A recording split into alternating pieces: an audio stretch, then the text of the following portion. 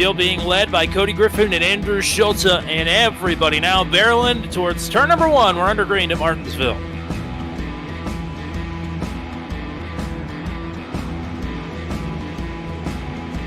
Griffin clear.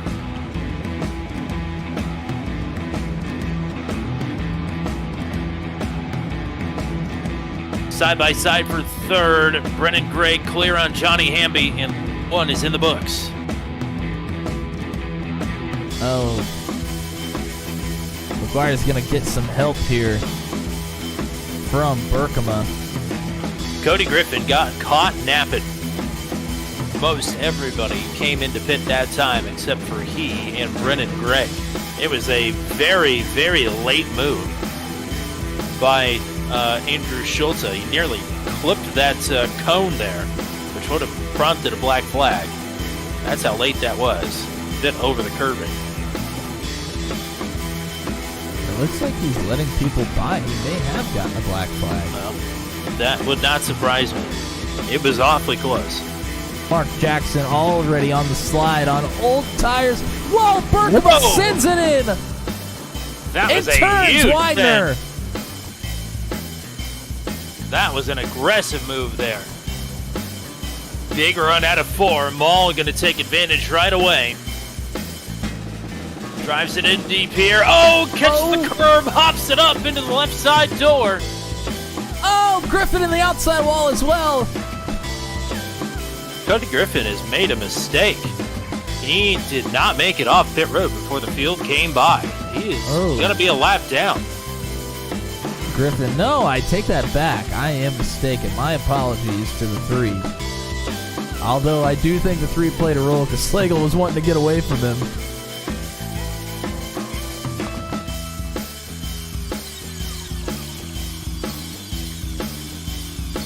Johnny Hamby and Charlie Widener on older tires here. Wow, big wiggle there from Greg Maul as he puts the power down. Same from Griffin as well. Oh, and those two get together. Griffin is able to save it, but he's going to lose a spot or 2 here.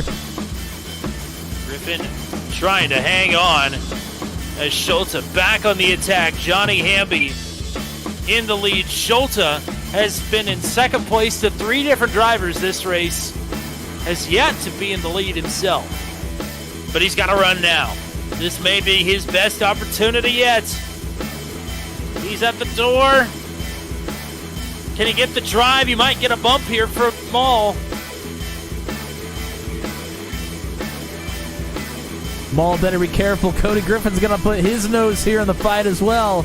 Oh, Maul loose! Down into Griffin. There's Schultz to the lead, and he's clear. 3 wide for second. Hamby doesn't want any part of it.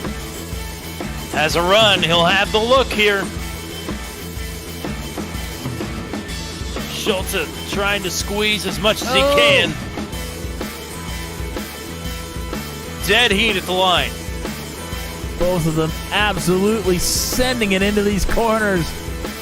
Griffin not able to clear. Schultz going to fight back on the outside. Schultz trying to pinch him down, but it's not enough. Cody Griffin will take the spot. Maybe not quite yet. Schultz still has some fight in him. Well, he has the lead across the line, and now he's clear, but Schultz maybe looking for the crossover. Griffin going to shut that down. Griffin, Schultz. Can Maul or Greg make the difference down the stretch here? Another good jump for Griffin.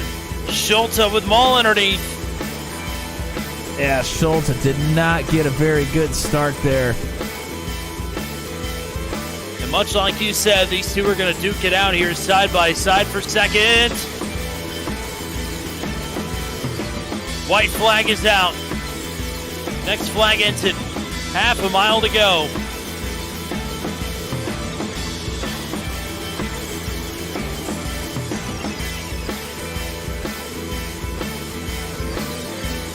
Battle is on for second, but it's Cody Griffin's race. Cody Griffin is the winner with maximum velocity.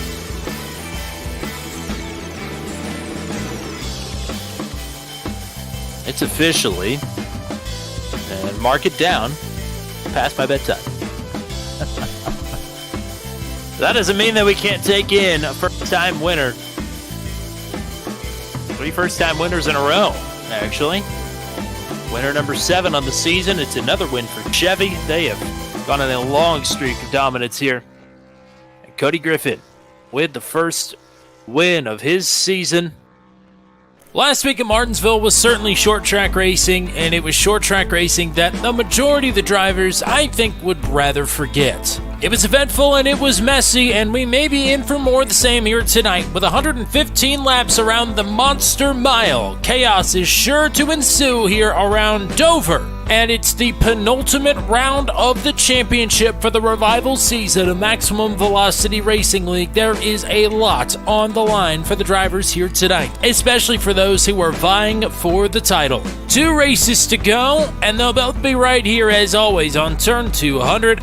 My name is Tommy Cook. The GOAT, the one and only Monster Matt Williamson, will be around here momentarily. A look at said point standings. Ashton Kreider has now relinquished the lead by not being here last week at Martinsville. It is now Andrew Schulte who sits atop the point standings on a 7-race-long podium streak. Still looking for that first win of the season, but may do this one Matt Kenseth style and bank on consistency, and boy has he been mighty consistent this season. The 2 races left to go this season: Dover tonight, Las Vegas in 2 weeks after our Thanksgiving break. A lot can happen here tonight. We've already seen what these drivers are capable of at Las Vegas. That's where the practice race was to kick this whole shebang off about 19 weeks ago. And race number 19 is about to get underway. We'll have qualifying for you just around the turn from Dover here on turn 200.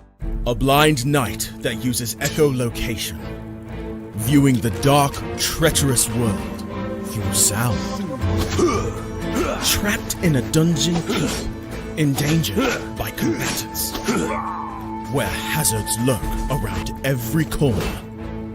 Make sound to have vision, or don't and be stealthy. Avoid impaling threats throughout the dungeon to escape. Engage with other prisoners. Rogue Knight I've been hearing about. Could you find the key and unlock my cell? Free them to fight back with more allies. Let's take this guy. The Dungeon Labyrinth has many paths and even more traps. Struggle through the darkness to find your freedom.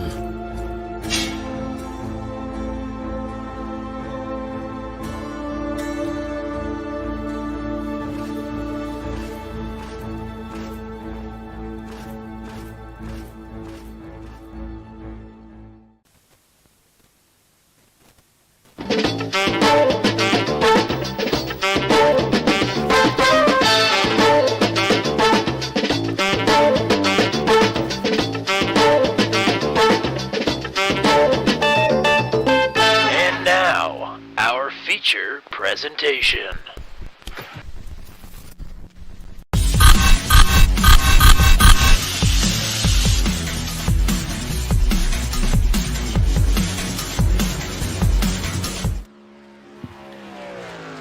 Welcome to live coverage of Maximum Velocity Racing League here from the Monster Mile, Dover Motor Speedway. Matt Williamson, welcome back to Dover. It's a favorite of mine. I can't remember if this is a favorite of yours or not, but regardless, we're going to make anybody who's not a believer a fan after it's all said and done here tonight. Yeah, absolutely. We're looking forward to it. I mean, we have Dover on the channel quite a bit, actually. It seems to be a really popular track among our leagues. So I think we're in for a good one. We've seen a lot of good races here, and I don't think tonight's going to be any different. I agree with you. For some of our astute observationalists here, you may notice something different about the broadcast. It's something that Matt and I have been cooking up a little bit. We've got the bottom crawl, as it's called in the industry, the bottom ticker, the ESPN thing, however you want to point it out, it's there. Let us know your thoughts on it, some improvements, some suggestions. We're all for it. It's something that's just come together here today. So pretty excited about it. Not a whole lot of people, if anybody at all, are doing this. So we're going to give it a shot here today and in the future Hello to James Lehman. It's nice to see you in the chat. Wish you were here on track, but appreciate you hanging out with us here regardless, as it is about time to get to the starting grid. This is the penultimate round of the championship. We have an off week next week due to Thanksgiving, but tonight is 2 left to go, and it's 115 laps at Dover to do it in. And Rob Haynes will take the top spot here with a pretty good time in qualifying. Scott Patton running a special tribute truck to Ken Squire, one of the GOATs. Scott Patton, also one of the GOATs. He will be starting from the outside of the front row. Pete Smith needs to get a good finish on the board with all the great runs that he's been having of late. He will roll off from the inside of row number 2. Johnny Hamby has moved into the top 10 in points. He starts from the outside of row number 2. Christopher Howell's back in the field tonight. He will roll off in 5th. Michael Melfeld Jr. will line up to his outside in P6. Charlie Widener, Ryan McRoberts on row number 4. Justin Michael back in the field here tonight. He starts in 9th. Drew Strotman then will line up on the outside of row number 5. Ashton Crowder does not set a qualifying time, so his pole streak basically will come to an end. He will roll off 11th. His championship adversary, Andrew Schulte, also does not qualify. He will roll off in 12th. Doug Heveron and Mick McGuire had a great run last week. Will start 13th and 14th. Bill Paradise, Wally Turheimer on row number 8. Kerry Cleaver, Brad Slagle, and J.J. Garrett, who is back in the field here for the first time since round number 3, all the way back in Homestead. He will round out your 19-truck field here tonight. Matt Williamson, it's about time to get down to it at Dover. A track that is hard on the drivers, hard on the tires. A lot to keep in mind as we're doing 115 miles around the track here today. Yeah, absolutely. I mean, we talked to the drivers here in the Maximum Velocity Racing League a lot about what you got to do to save tires but still be fast all at the same time. And this is one of those prime places that you really have to keep that in mind. We'll see some people that are fast in the beginning of a run fall to the back, and others that have stayed in the back, they will surge to the front. We have 115 laps around the Monster Mile here tonight. Fuel capacity is at 70%, so that's about 45 to 50 laps. So we're looking at a two-stopper here. They have 3 extra sets of tires and 0 fast repairs. That's something that you might want to watch, because when something happens here, it happens quickly, and it is very, very difficult to maneuver around a crash because there's really not much room to go anywhere. 19 trucks in the field here. I'm pretty sure there have been 10 to 15 car pileups at Dover before in multiple series of NASCAR. I'm sure the sim is not any different. We've yet to see one yet here on Turn 200, but we did just see one on Tuesday at Phoenix where there was a lot more room to maneuver. So I think anything can happen here. Yeah, most certainly, and we saw the drivers really getting after it in this league at Martinsville last Thursday as well. So everybody a little bit on edge maybe still from that race. Are they going to feel it out, or are they going to get right back to it? We'll see. Some drivers want to get their first win. Some drivers looking for multiple wins. Others looking for a championship and looking to pass a lot of trucks here. 115 laps to make those passes in, as it's Rob Haynes and Scott Patton at the front of the field, and the green flag is out at Dover.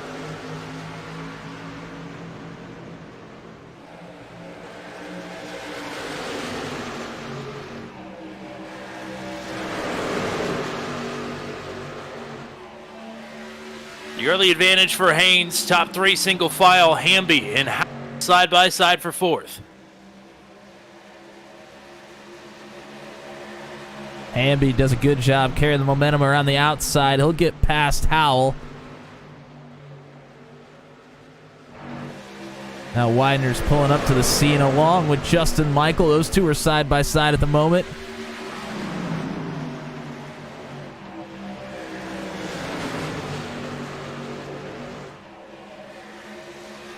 And the 2 championship adversaries. You see them in the same picture right now. Crowder in the 27, Schulte in the 81. Schulte working underneath the McRoberts. Crowder underneath the Milfelt. Looking to work their way forward. Crowder said he wanted the hard charger points here. I think he did try to put up a qualifying lap, though, so maybe that was just, well, if I don't get the pole, maybe I'll get the hard charger points. Justin Michael is on the move. Got around Christopher Howell, and now Johnny Hamby in a matter of about a lap and a half here. So Michael already up 5 spots, and now we'll give the bumper to his teammate, Heath Smith.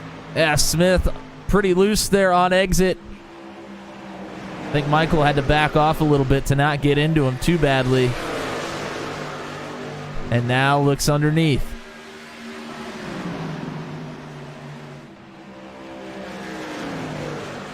Martha Terheimer cheering on Wally here. Wally back in 17th right now. Also, Bandit in the chat saying get well to Mark Jackson. I didn't know anything had happened to Mark Jackson, so yes, sending well wishes his way as well.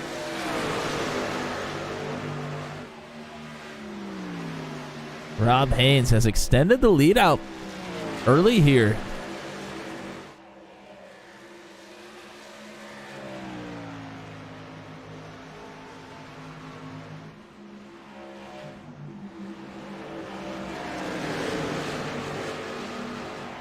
Everybody's kind of gotten single file now.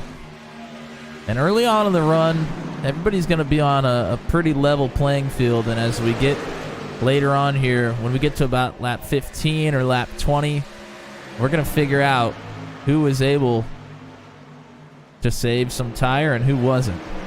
And what's helpful about the 70% fuel capacity here is that's right about the time where people would really be hurting. Right when you would get to 70 of 100%, the people who didn't save their tires would be in a world of hurt. This is sort of a get out of jail free card, if you will. But you still do want to take care of them. Of course, this is a big banked concrete oval here. It is not nice, even when it gets all rubbered up like it is now.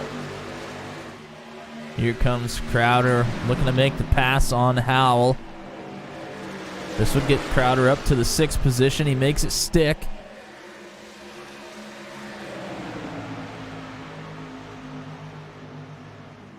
Looking to get some separation between him and Schulte. Needs to have 2 good rounds, and Schulte to be at least a few spots behind in both of these rounds to have a chance at that championship. When you pointed out that Rob Haynes was pulling away from Scott Patton, that was on lap 5. He had just set the purple lap of the session. Now, 6 laps later, Scott Patton has closed the gap. He is just about 2 or 3 truck lengths behind Rob Haynes. And I think Patton's somebody that you kind of circle at a place like this. Awfully good at those mile-long tracks and other short tracks, you generally. So no surprise to see Patton in 2nd and fighting for the lead. Patton, of course, New Hampshire native, loves the New Hampshire Oval and road course. Just raced on it a few weeks ago. Won the Truck 200 race at the Milwaukee Mile. This is a mile track, but a little bit, different than New Hampshire and Milwaukee, as he had a brush with the wall there out of turn 4. It doesn't look like it cost him a whole bunch of time, though. Crowder's gotten underneath of Hamby now as Schultz has finally pulled up to the back of Christopher Howell. Crowder looking to continue to march forward. Hamby looks to be struggling a bit. Both Howell and Schultz starting to catch. Crowder may be playing a bit of fullback here for Andrew Schulte, blocking through traffic, trying to open doors for Schulte. At least I'm sure that's what Andrew's hoping. Here is Scott Patton now looking for the race lead underneath Rob Haynes. And Rob just going to let him have it here. New leader Scott Patton on lap number 15. Yeah, and that's a heads-up play by Rob Haynes. He knows that if he tries to fight too hard, he's going to number one, burn his tires up, and 2, lose a lot of momentum here. So he just let him by and use that banking to get a run, get right back up to the bumper of Patton. But Haynes is going to have trouble with Justin Michael here in just a moment, I think. I think you are correct. Here goes Michael with a peek underneath. And works for it a bit, but moves up in front of Rob Haynes to take the spot outright. Best finish for Rob this season, 5th place at North Wilkesboro, one of the shorter tracks on the schedule. This isn't exactly a short track, but you sort of, like you alluded to, you sort of have that mentality of you're going to have to fight for it. It's not going to come easy. You're going to have to take care of your stuff. Yeah, I mean, in all reality, it just kind of feels like a double version of Bristol, if we're being honest. Yeah, that's totally fair. I mean, even the straightaways have quite a bit of banking. Here at Dover, it's very, very similar. Obviously, both are concrete tracks as well. Hamby's really starting to move backwards here. And so is Rob Haynes. Haynes is backed up to Heath Smith and Ashton Crowder. Crowder on the move here. Here's Crowder underneath Smith. Of course, last time those two were next to each other on the track, they were in the wall after trying a 4-wide move at Talladega. Smith now underneath Haynes.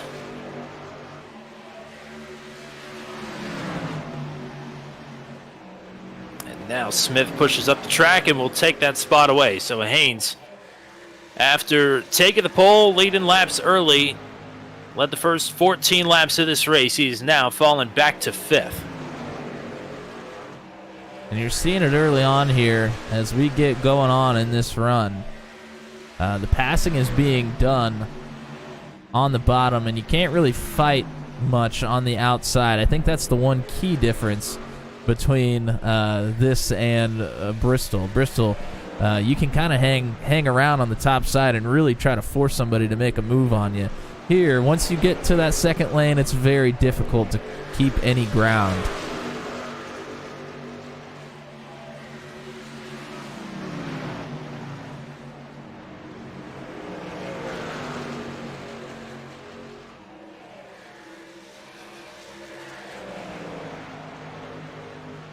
Michael a little bit faster than Patton right now. Gap is still about 0.8 of a second, but the fastest truck on the track is Ashton Crowder.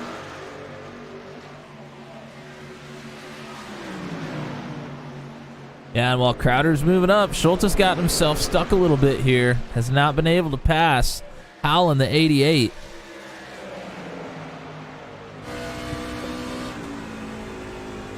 Oh, man, gets awfully close there to the left quarter, though. He knows that he needs to move. He is in a precarious spot here as they try and get around Rob Haynes. Michael Milfeld Jr. is pulled up to this dance as well as, wow, that was close. That just shows you how precious the real estate is on the bottom here. As these guys get all cajoled. Now Schulte, he is tired of waiting. Feels like he really needs to go now. Nearly contact again with the 88. Finally able to get a nose underneath. And he is fighting for the championship here. Every truck he can pass. There's less work that he has to do to secure himself the title next race 2 weeks away in Las Vegas. The track that, by the way, Ashton Crowder won at last time we were there in the practice race. I think he's burned his tires up a little bit, or at least gotten them awfully warm. Trying to make those moves. I'm sure they're feeling pretty hot and bothered right now. Maybe the driver is too, trying to get around Howell.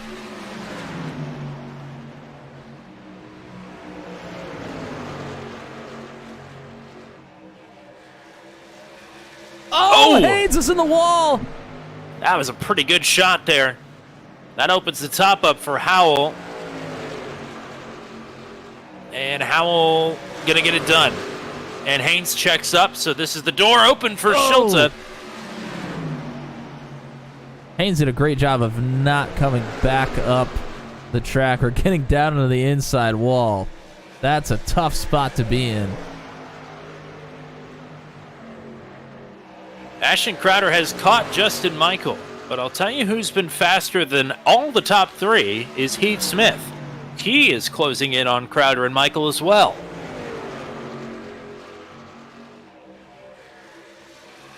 Michael looks a bit dancy right now. The last few sets of turns, he has been walking it.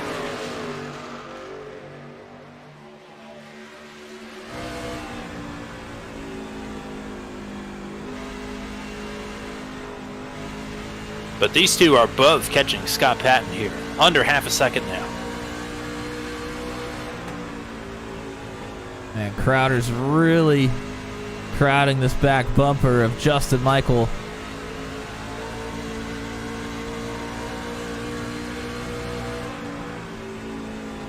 I think just trying to force him into a little bit of a mistake here.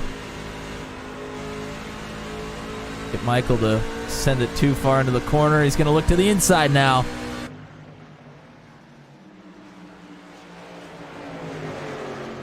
And Michael, good defense there on the outside.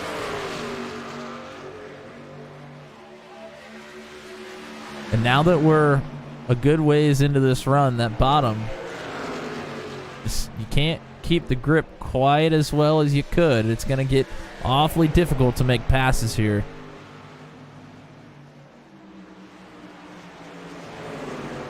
Andrew Schulte has been passed by Michael Milfelt. Ashton Crowder from third says he's hitting pit road this time, and this is a difficult pit road entry. Plenty of warning given to Heath Smith right behind. And Crowder trying to trigger the undercut here. Pit road speed here, 35 miles an hour. As if it's not an awkward enough entry, you've got to go way slower than just about any other track on the circuit. Yeah, this is, I mean, you said it, this is one of the toughest of all tracks on iRacing. A top 3 most difficult entrance to pit road for sure. Agreed. No problems on entry for Crowder. It's a tight exit as well. We'll see. Fuel window again. We think that's a bit early, but maybe looking towards the end of this race. And of course, Crowder has, been batted 1,000 on his pit strategy this season, more or less. Well, we know how much time he puts into it. He puts in a lot of work. And he did tell me, and he's been all out and about the last couple of weeks. He missed Martinsville, of course, last week. He told me I didn't put a whole bunch of time in on the sim this week. Really didn't put any time in at all, he made it seem like. But Scott Patton now will be pinning from the lead, which will give the top spot to Justin Michael. Yes, banking on past experience, both for him and for us. I would say Ashton Crowder knows exactly what he's doing, no matter how much time he puts in practice. J.J. Garrett, who has put in quite the nice opening stint to this race, starting dead last in the field and working up, challenging for the top 10 there at the end of the run. He's also come down pit road. Wally Zerheimer now is pitting as well. So pit stops coming early here. Milfelt's really flirting with this bumper of the 88. He has nearly given it to him a couple times. Well, between Milfeld and Schulte, that tailgate has been a bit used up here this race.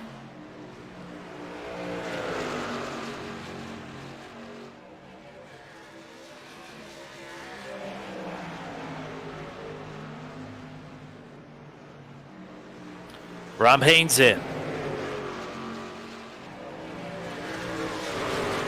Oh, Kerry Cleaver tried to get into pit road as well and hit the water barrels. No caution. Yeah, Cleaver jumped to the pits, I think, but quite a bit of damage there. Heath Smith now in as well, and it's the first black flag of the night. That's another good run dashed there for Heath Smith. He just cannot catch a break here. Although this one has been the most self-inflicted one of the bunch. We're watching this battle here between Howell and Milfeld. Schulte right behind him, and now we have trucks on new tires trying to get through. That's J.J. Garrett on the outside of Schulte. Milfeld finally tries to put the nose underneath. And nearly gets there. He's going to stay low. Here comes the 79. This is going to get messy.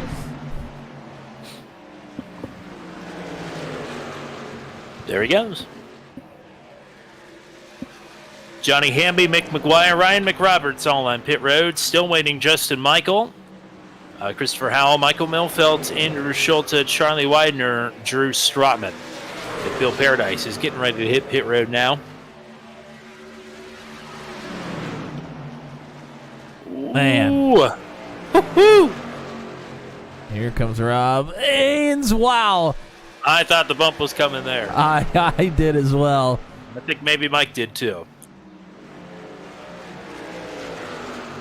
There's the fresh tire advantage right there.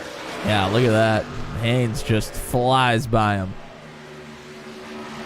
Justin Michael just keyed up over the radio. He might be coming around next time.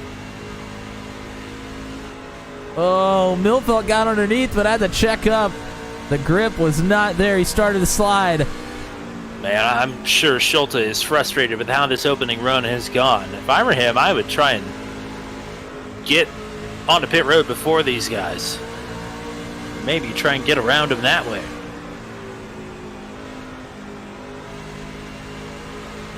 But there's a wow!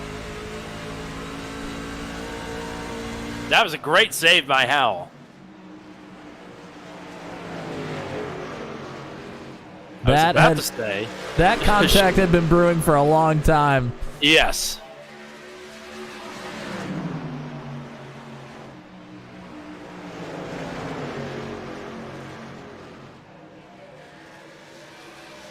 Don't need to undercut on the pits if you could just undercut the left rear tire with the sheet metal.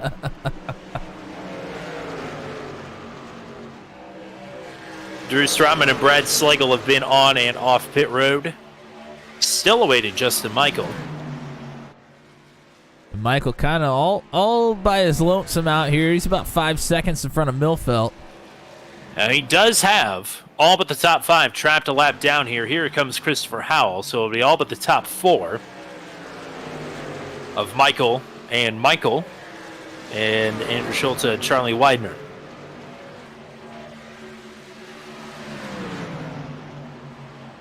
And here comes Crowder. So Crowder's gotten through on Schulte. I'm sure Schulte is going to be coming in pretty quick now.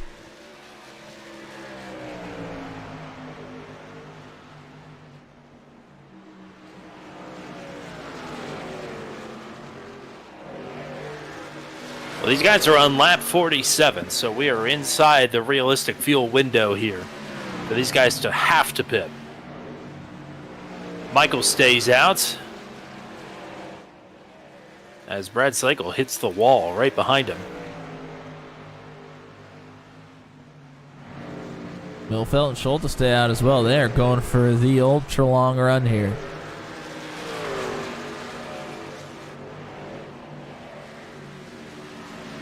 Well, if Justin Michael wanted to pit that time, he was not going to be able to as Brad Slagle worked underneath him. Milfelt is able to get down. Ooh, he was way over speed. Yeah, black flag. He was doing 49 there. Charlie Widener was as well, and Widener with a spin. So that went from bad to worse there for Milfelt and Widener. As J.J. Garrett also tried to pit there. Justin Michael nearly spun it out trying to get slowed down. So a crash there on the entry to pit road as J.J. Garrett was trying to come back down pit road. Charlie Widener pulled out directly in front of him. And they are both going to be out of this race. Andrew Schulte has now taken the lead, trying to get a point here for leading the lap. And I think he we'll will come be down pitting. now. Yep. Oh, he's got to get slowed down. Oh, I don't know if he made it. It was close. What helped him is that he slowed down to 25 miles an hour before he got to the next sector. He knew it was close. So that's 2 black flags and 3 crashes just on that pit cycle alone.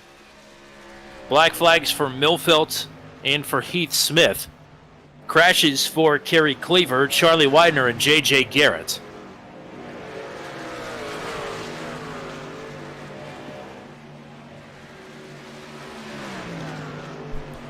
But Ashton Crowder has assumed the lead here. Crowder came into pit all the way back on lap 32.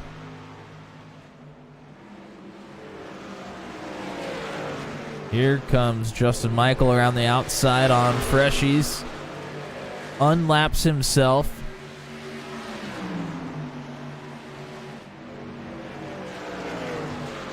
Howell is hoping to do the same.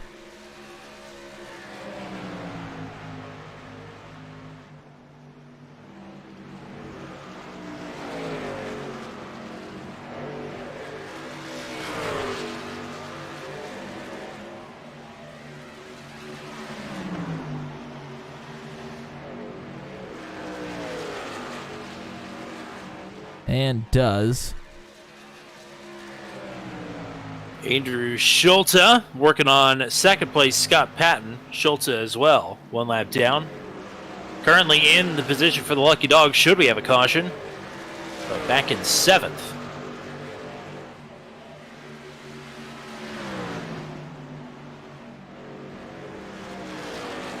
And he'll definitely have fresher tires than the folks in front of him, but I don't know if the margin's going to be enough. We'll have to see. Justin Michael just ran the fastest half lap of the race, but it did not translate to a purple lap, unfortunately.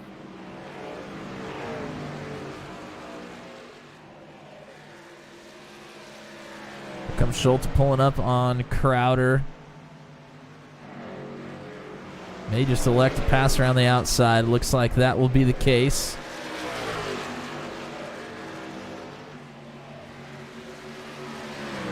So Scott Patton is catching Ashton Crowder here by about 1/10.5 a lap. But Patton will not catch Crowder before Crowder will need to come back down pit road if they continue at this rate. So I'd say still advantage Crowder.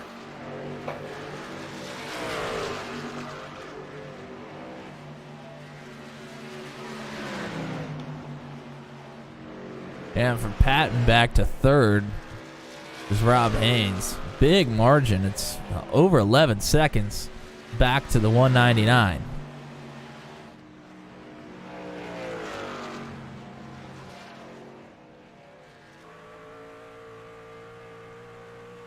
I mean, knew Ashton was going to come into this race and be good. He's been very good all season, of course. But while he's doing everything that he can do in his control, right now Andrew Schulte is not having his ideal night. We've yet to see how it's all going to shake out, of course. Schulte did not get this far by listening to me, I can tell you that much. But definitely some work to do. Well, he's battling here for position. This is Hamby. And right in front of Hamby is Howell, who he battled with extensively there on the first run. And we're right back to this. Still fresher tires for Schulte, though, so maybe that'll help, maybe not.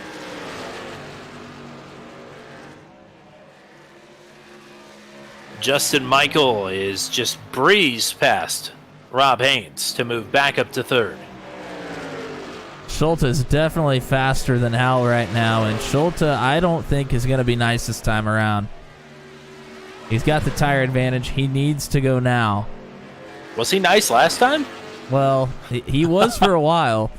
I agree. I don't think there was anything malicious with his contact the first couple of times. Although if it happens again, it might be this time.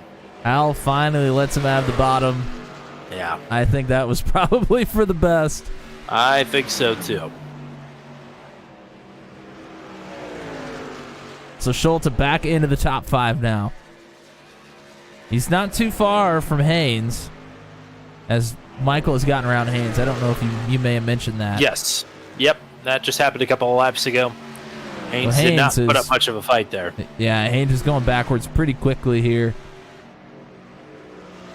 But, I mean, Schulte and Michael are on a, I don't know, like a 15 lap tire advantage over the 199, so that's just going to happen. Yeah, Justin Michael is the fastest driver on the track right now. He and Andrew Schultz are the only drivers lapping in the 23-second bracket here. Crowder and Patton doing 24/7s each.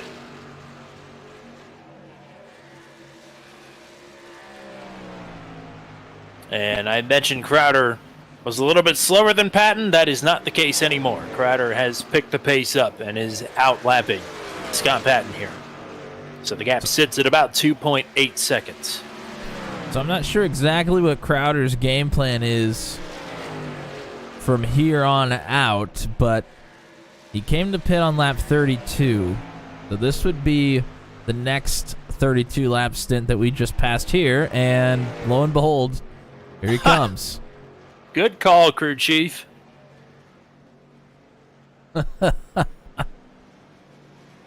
I figured he was close. While that was happening, we watched Andrew Schultz get past Haynes.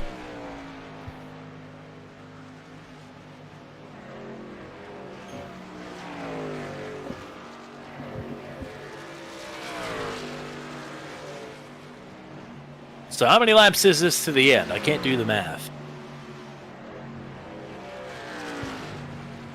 This would be 50 laps to the end now. Which is right on the fuel number. Yep.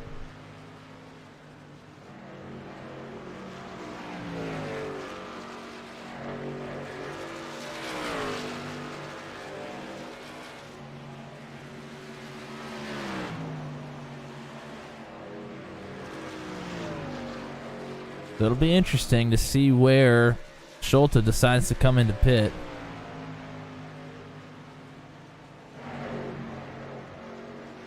Closest battle on the track right now is between Johnny Hanby and Drew Strotman. This is for 6th place. We saw Hanby kind of struggle in the back half of the run, the first run as well. Strotman also with a tire advantage here.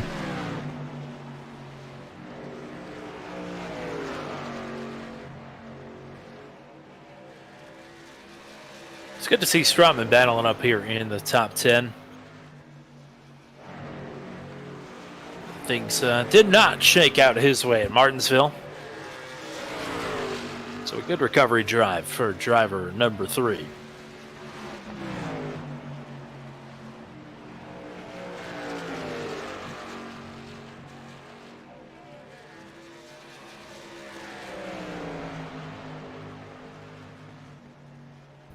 Crowder on fresh tires has just gotten around Rob Haynes. And who's in 5th, so he's still about, I don't know, 12 seconds away from unlapping himself on the track. Scott Patton has just come down pit road. So hands the lead back to Justin Michael, who has had his hands full the last few laps with Michael Milfeld. And Justin Michael, that is, over the radio at one point had said, I think you're faster than me if you want to go past. And Milfeld said, no, I'm good. So I'm sure that is probably to some degree affecting Justin Michael here. Whoa, Strotman and Hamby still fighting here. Strotman nearly got into the back of the 70. Had to go way up the racetrack to keep it from happening. And Strotman might just be trying that line now, trying to get that run off the banking. And I just got to mention, I mention this all the time here with these folks, but quality of drivers we have here in this league is just outstanding. And I know it here because nobody has gotten tight and slammed the wall, which I would have done about 10 times by now. It is so easy. Oh, well, man. That looked pretty tight. But you're right, yes. Even just out there by yourself, not battling anybody. So easy to just try to get the throttle too early, get tight, and slam the outside wall. After a tough couple of races the last few weeks on the channel here, this has been a breath of fresh air thus far, over halfway into this race. No real issues to report, other than a couple of pit road skirmishes, but those are to be expected here.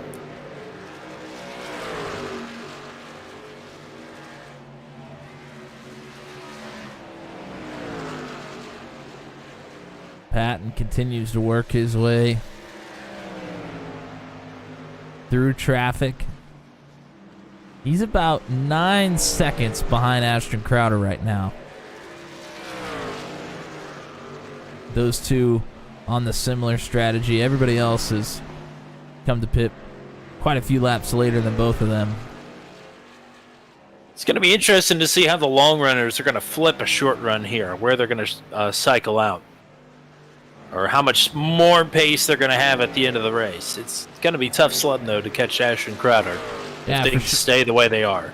For sure. I mean, we look at Andrew Schulte. Schulte pushed it all the way to lap 50 on the first fuel run. That would give him 65 laps then to the end. So, I mean, we're looking at 32, 33 laps to run and then come in probably if you want to split that in half. Rob Haynes in from third, rather. Would not be surprised to see Justin Michael and Andrew Schulte in the pits in the next 5 laps.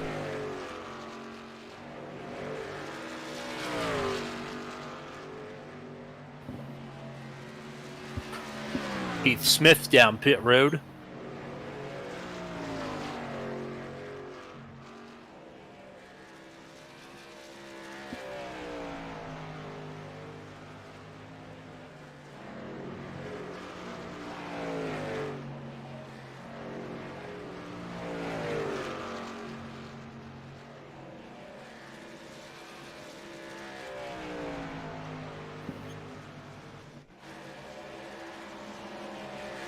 Speaking of Crowder and Michael, those two are side by side now. Crowder getting unlapped.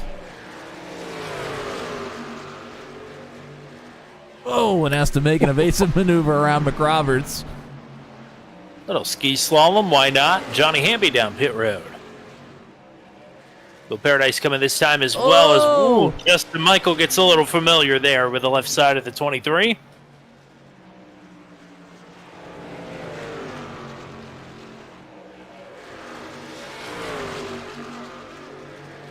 Rob Haynes, purple lap of the race, 23:058. Rob Haynes cooking here on Freshies. Haynes has been extremely fast in the short run. We saw him get out to over a second lead in the beginning of the race, but then fall as the tires fell with him.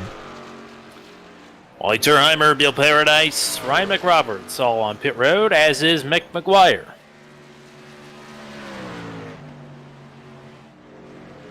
Drew Strotman down the pits from the top 5.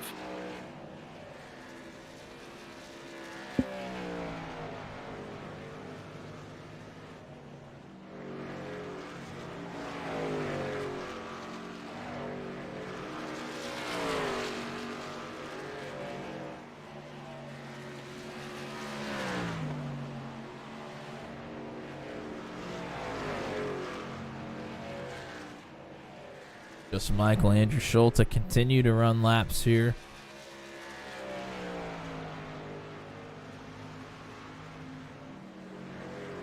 Couple of the last holdouts, along with Christopher Howell and Brad Slagle.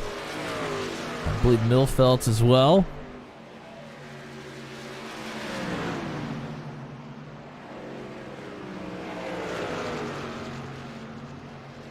Brad Slagle's night did not start off very well, so I'm sure this is just a long shot effort for him. And anything better than 18th is better than what he was doing. Christopher Howell came into pit, and he had to lock him up there at the line. But all clear. Nobody, in fact, picked up a black flag on this round of green flag pit stops. Well, let's not say it yet. Well, yes. Schulte kissed the wall a little bit there out of 4. That could have been a lot worse.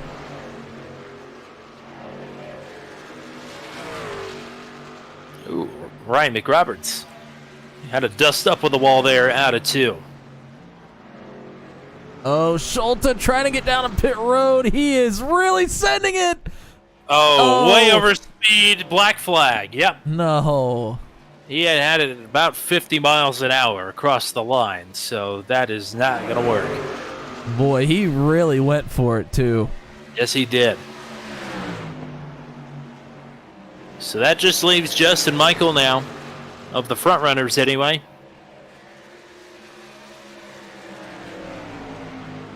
And dare I say, race of course not over yet, but podium streak likely coming to an end here tonight for Andrew Schulte, and could not be at a worse time. No, that's a killer. I mean, I understand wanting to really send it in there and fight for the win, but... Oh, Justin Michael with the problem as well! He tries to get on pit road and he slides it. He doesn't even get onto pit road. He's just slow on the bottom of the racetrack. Never crossed the line, of course. But that effectively takes the alternate strategy out of play here. Unbelievable. We mentioned it. It's a tough one, and it's proven itself over and over and over again. Those are two guys we don't see many mistakes out of, and both of them botched the pit road entrance.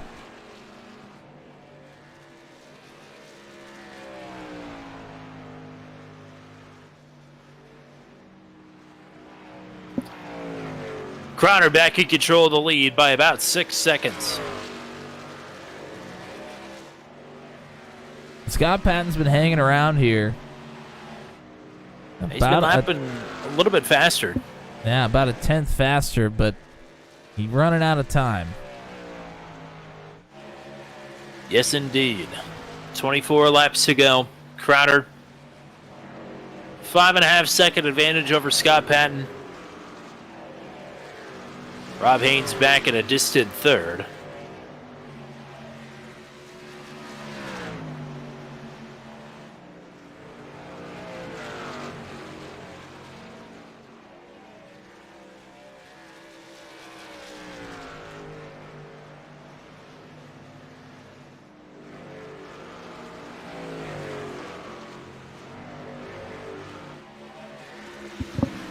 Drew Strotman and Johnny Hamby are back to battling for 7th here.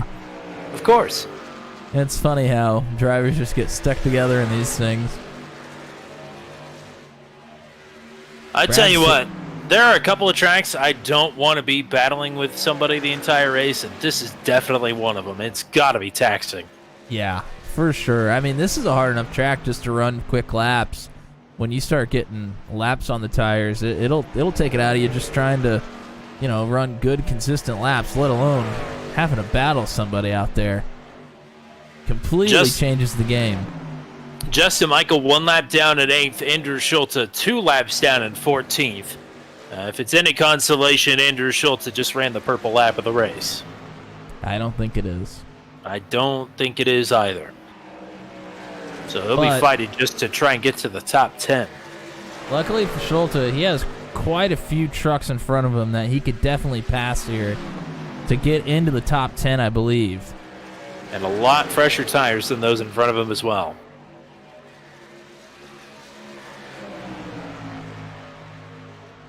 Strotman and Hamby are not either of them, though.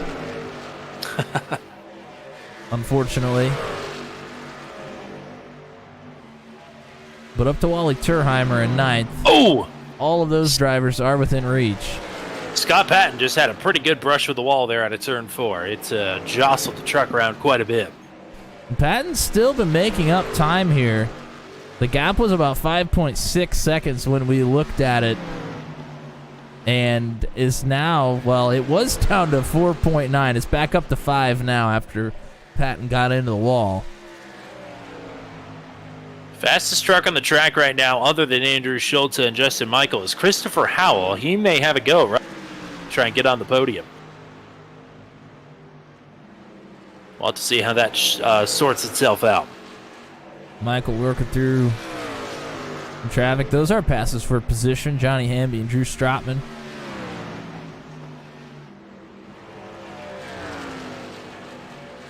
And here comes Millfelt. Did not realize that Millfelt hadn't come into pit yet.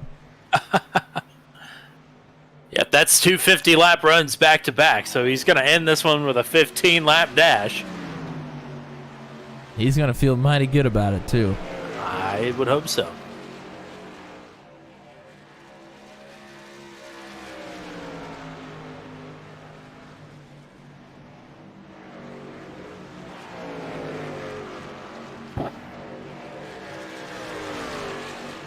And I had mentioned Christopher Halkich and Rob Haynes. Here's the pass.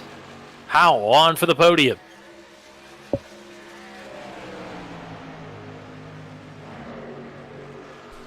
Schultz is caught up to some drivers that he can actually pass for position now.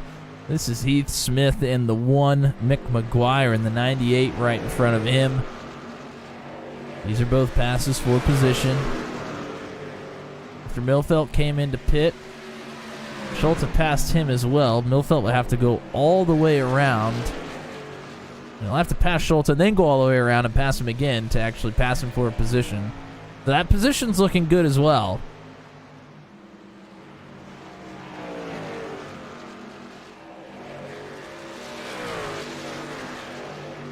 Next up for Schultz would be Turheimer, who now sits in 8th.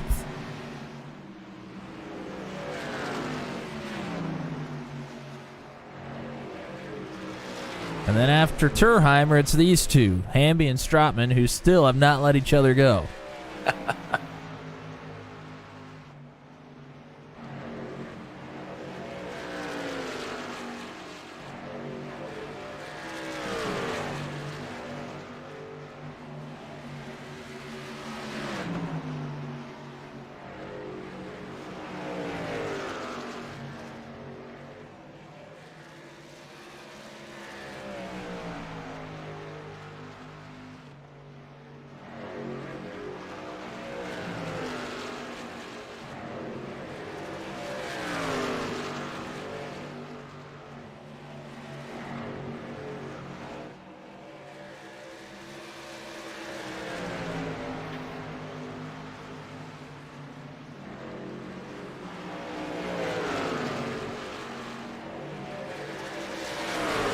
Schultz has gotten through. Turheimer is now fighting Justin Michael. Michael a lap ahead. With 10 laps to go. What's interesting is Michael is a lap ahead, but only 3 spots in front. Very true, yes. So that shows you just how spread out this thing's gotten with all of the pit road entry mishaps and just some drivers being much faster than others. It's really gotten strung out here. Yeah, Christopher Howell in 3rd. Not too far ahead of the race leader, Ashton Crowder, but pulling away. And if you're wondering and not watching the top timing and scoring, Patton starting to lose time. About 6.5 seconds now is the gap to Crowder.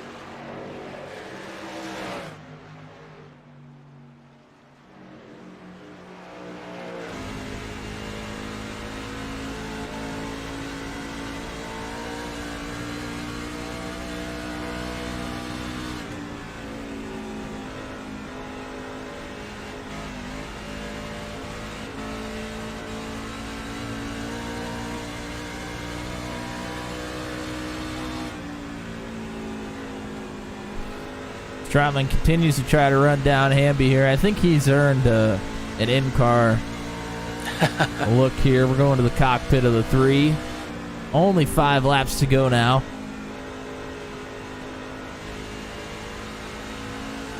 Working this top side, trying to get the big runs down the straightaway. Haven't really seen this much tonight. Oh! Hamby really loose on entry there.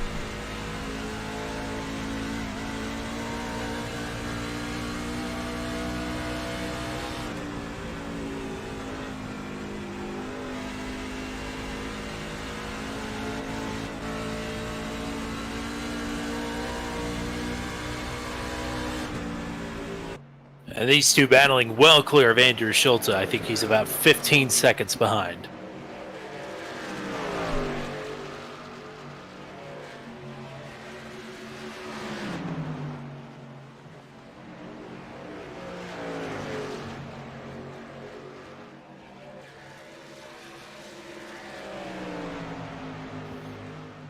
Advantage continuing to open up for Ashton Crowder. It's well in hand at this point.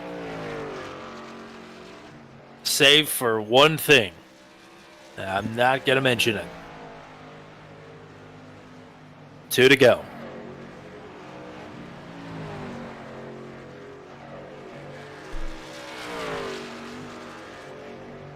It's weird, the last 2 races that we've talked to Ashton Crowder beforehand, he has not sounded very confident.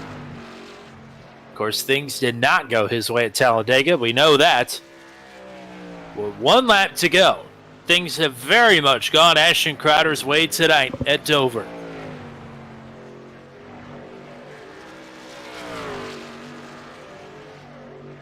After 17 cautions last week at Martinsville, we're going flag to flag here tonight. And it's checkers again for Ashton Crowder, win number 10 on the season. A decade of dominance, and well-timed at that. The championship battle is on for Las Vegas. Andrew Schultz going to finish in 8th. And that will set up a duel in the desert to finish things out. Scott Patton with another podium finish, and Christopher Howell with his first podium of the season as well in start number 5.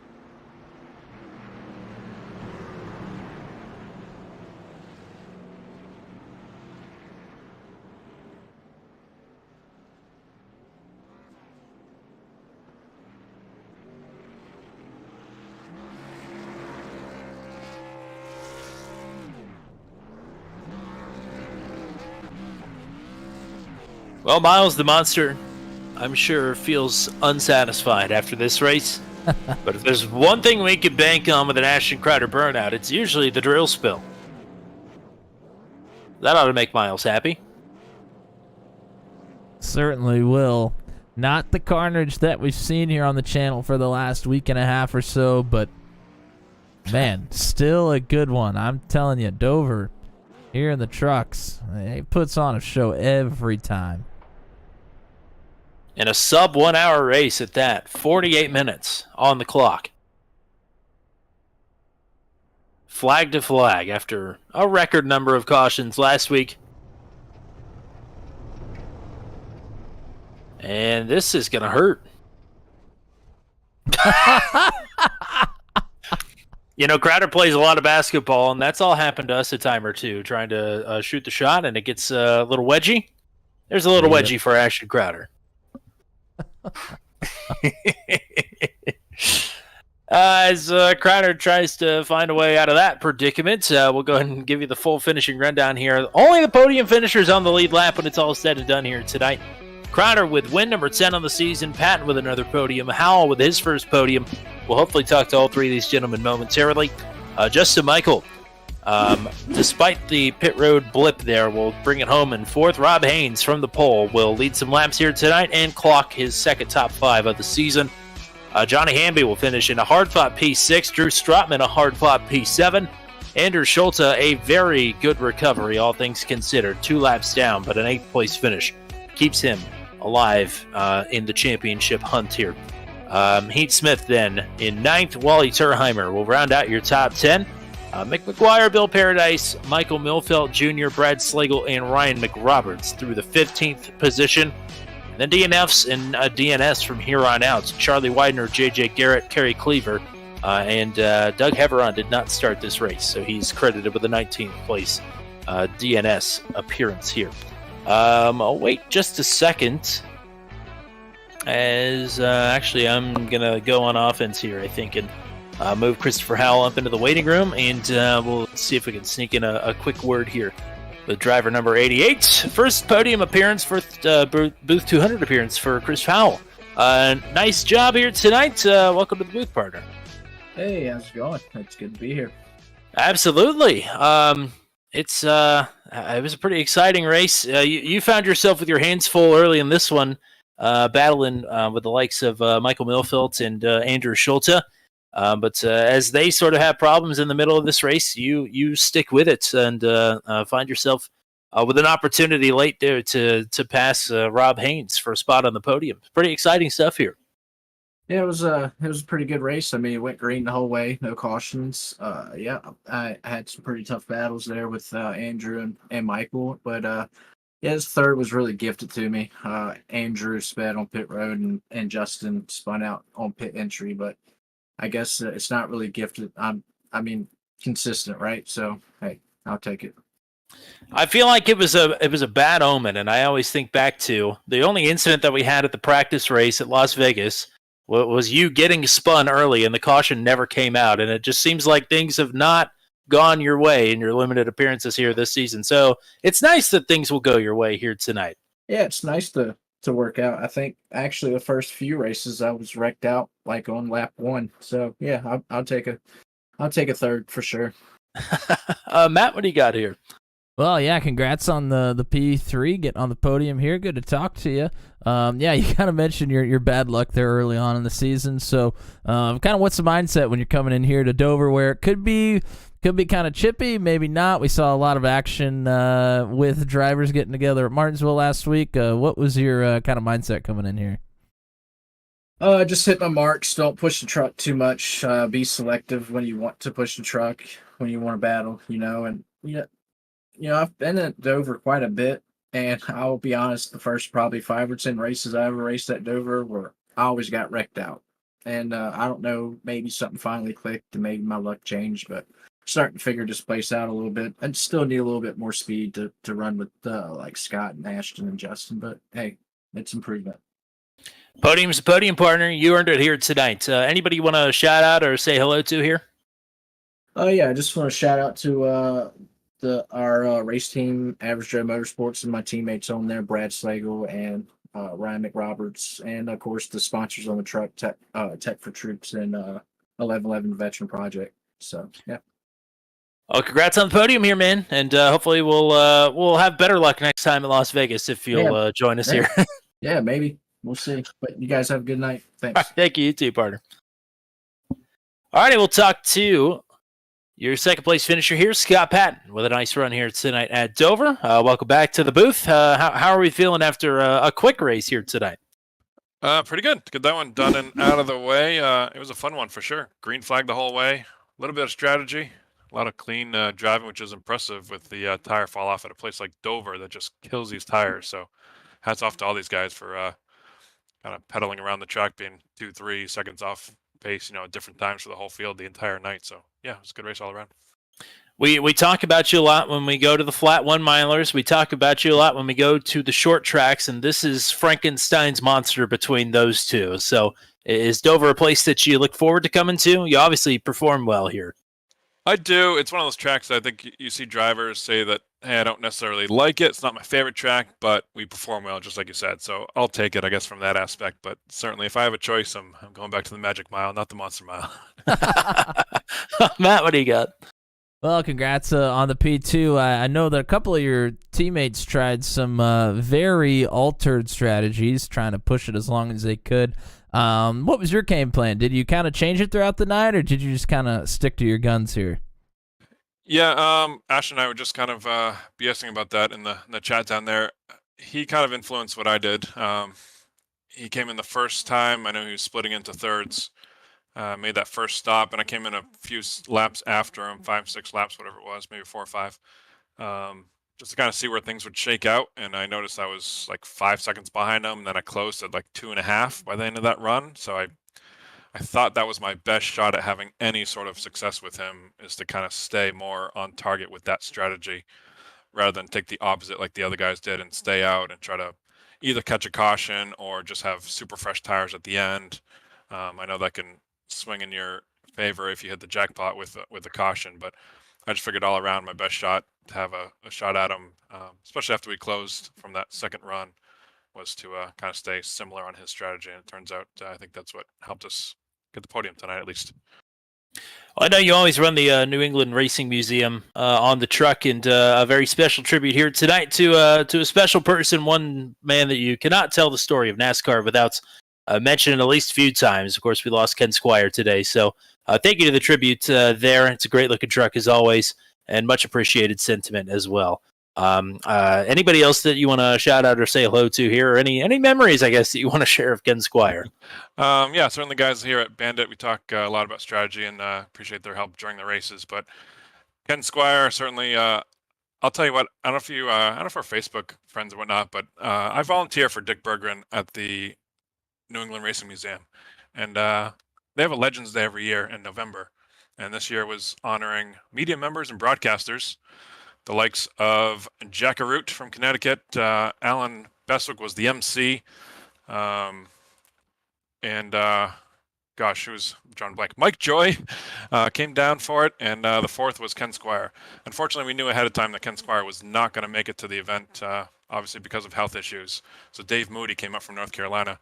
He said when Ken Squire calls him and asks him to do something, he can't say no. So I can relate to that. But yeah, Dave Moody came up, and it was just an awesome time from start to finish honoring Ken Squire. It was just, Dave Moody said it best. He said on his Sirius XM show Speedway on Monday morning, said it was just a 2.5 hour love fest for Ken Squire, and that's exactly what it was. So NASCAR certainly owes the world to him. The fans owe the world to him, because we wouldn't have this great sport without him for sure. And all those guys, every single one of them, Alan Bestwick included, we're just talking about stories of how if it wasn't for Ken Squire, hands down, all those guys admittedly know they would not have a career. Never mind NASCAR not being what it is, but those guys wouldn't be blessed with the fortunate career that they've all had. So it was really cool to hear all those stories for sure. And for the fans out there and you guys, you know, the 1979, what's the greatest call there from? You guys remember the Ken Squire call at the end? There's a fight. The temperaments are boiling over. Yep. Beautiful. There it is. Hats off, Ken. Rest in peace, brother. Absolutely, partner. Nice job here tonight. Thanks, guys. Appreciate the broadcast. Take care, everybody. Yes, indeed. And we'll switch gears now and bring in your race winner for the 10th time this season, and it could not have been timed any better. Ashton Crowder is back on the top step after a few weeks away. But a fantastic effort here tonight, and it did not. Well, I was with you when you popped into this session, and boy, things did not start well, but they have finished very well here. Yeah, I was definitely rusty coming into this, taking like a week and a half off to go watch some basketball and go up to Boston, Massachusetts. So coming into this, I was like, all right, I'm probably gonna suck, and I did for a long time. And it really took me about like 30 laps into the race to feel any bit confident. But pit entry and pit exit, I was like, all right, I know what to do there, and I practiced that in the warm up session. So I was like, I'm gonna ace that. The second run was great. Then the third run, I came out and nobody was around me for like 10 laps. So pretty much just got like the cleanest break ever coming out of pit road on the last stop there, and that propelled us way into the lead. And thankfully for me, and to the chagrin of everyone else, won by a lot. So it was great. I was going to say, coming in, we were expecting maybe a little bit early, but what did you put on lap 35? Something like that? That was 32. way earlier than anybody else, at least the first time around. Yeah, I think it was 32. Here, wait, hold on. Yeah, it was 32. Okay, thank you. I was close. Thank you, Matt. Yeah, so 32. I mean, I didn't want to go any further than I had to, especially like being behind. We even behind Scott and Justin. I was way faster than them on that run, so I wanted clean air as quick as possible. Um, it, I think probably should have waited a lap later. I probably gave up a little bit there on that first pit cycle. But my pit stop time and everything, like getting into my box and getting out, or getting into pit road and my box, everything ended up being almost like 2 seconds faster than what Scott did. So I pretty much on pit road gained a lap of time. Uh, so it evened out. But important to note, actually, forgot about this on the third run. iRacing has like the auto fuel thing, and it fueled me to be like 3 laps short. So Oh, yeah, so that last run I actually had to save pretty much like 2.5 laps. wow. Yeah, so feeling really good about that. So this was a great race for me just off of that. Matt, what do you got here for the race winner? Well, congrats on the race win. Looking at the points, they are updated now. You're 25 points behind Andrew Schulte going into Las Vegas, the finale of the season. How are we feeling? I don't know if I can gain 25 points. That's kind of a bummer, to be honest with you. But for missing a race last week to go see Caitlin Clark and the Iowa Hawkeyes and also Virginia Tech on the side, I can be really happy with that. I really tried to figure out the whole points racing deal in this league because I've always kind of had speed, but I never really knew how to string together a season. Um, and it still shows because I have, I mean, a significant amount less top tens than Andrew. Um, and that's embarrassing for me because the goal was to gain points and finishing outside the top 10 as much as I have. Because it's pretty much like, I mean, you can see the results. I either win or I finish like 20th or 30th. Except maybe that one Kansas race you can't really count, but I'm not consistent enough. So yeah, that kind of sucks. But overall, though, I think the season's gone really well, and if I can close the gap to like 20 points at about at Homestead at Las Vegas, I'll be really happy with that.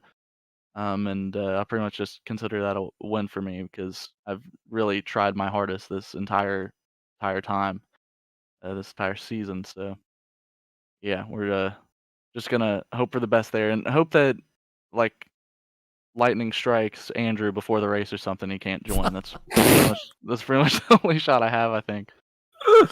Well, we're not going to hope for that, but Yeah, I don't actually hope for that. okay. It's a joke. Yeah, it's not that serious. Well, nice job tonight, regardless, and you closed up by 11 points, so pretty good work. All things considered, especially for how the night started, like you mentioned. So, we'll see how rusty you are on your thank yous here. Hopefully not too rusty. BC Lunar Tech. I don't really think anybody's gotten that joke yet, but we're just gonna let that one slide for as long as possible, so I don't get yelled at. Hashtag sponsor Brennan Poole is a success. It is a actually. massive success. I saw he picked up a sponsor today. Oh, did he? Well, I think so. Didn't tell me about that, so I guess I'm not that's friends. what I saw. Yeah, I guess I'm not his friend. I'll delete his number.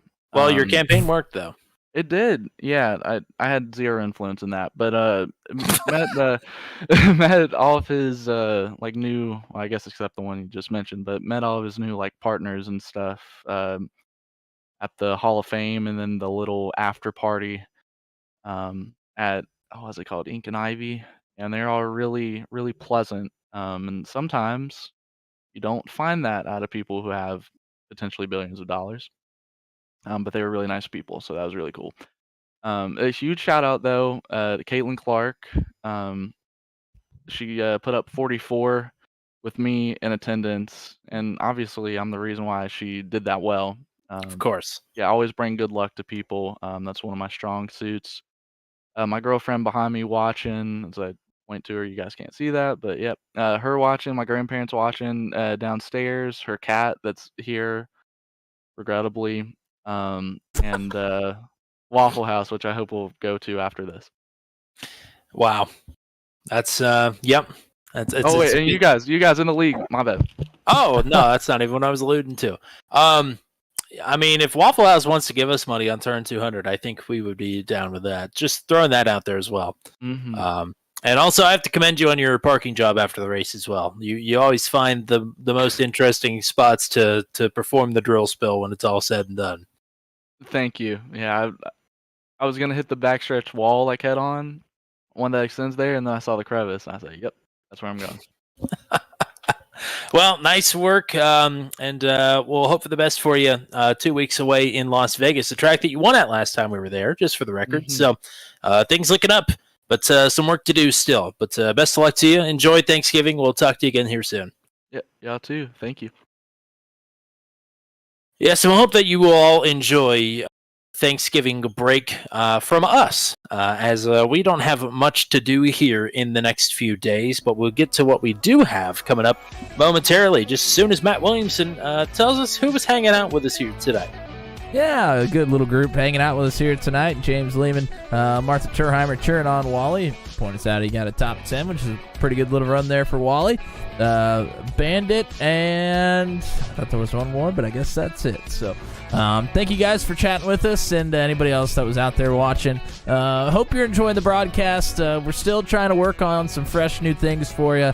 Tommy Cook really cooked one up for us here tonight, introducing that bottom ticker. I think it's a nice addition, my friend. And yeah, we are still trying to keep things lively and appreciate the support. Absolutely. As you may have noticed on the ticker, no real racing action pretty much any time past Monday next week. The next two streams will be Sunday, the Top Split Strength of Field broadcast from the Chicago Street Circuit for the Mission R Challenge. That'll be Sunday afternoon at, as usual, 2 o'clock Eastern Standard Time slot. Then Monday night, I forgot to mention this the other night after the Venom Truck Series race, so my apologies to Zach Flaum and JJ Wang and company. But we are debuting the Formula Super Series on Monday. It is the new Super Formula Toyota and Honda.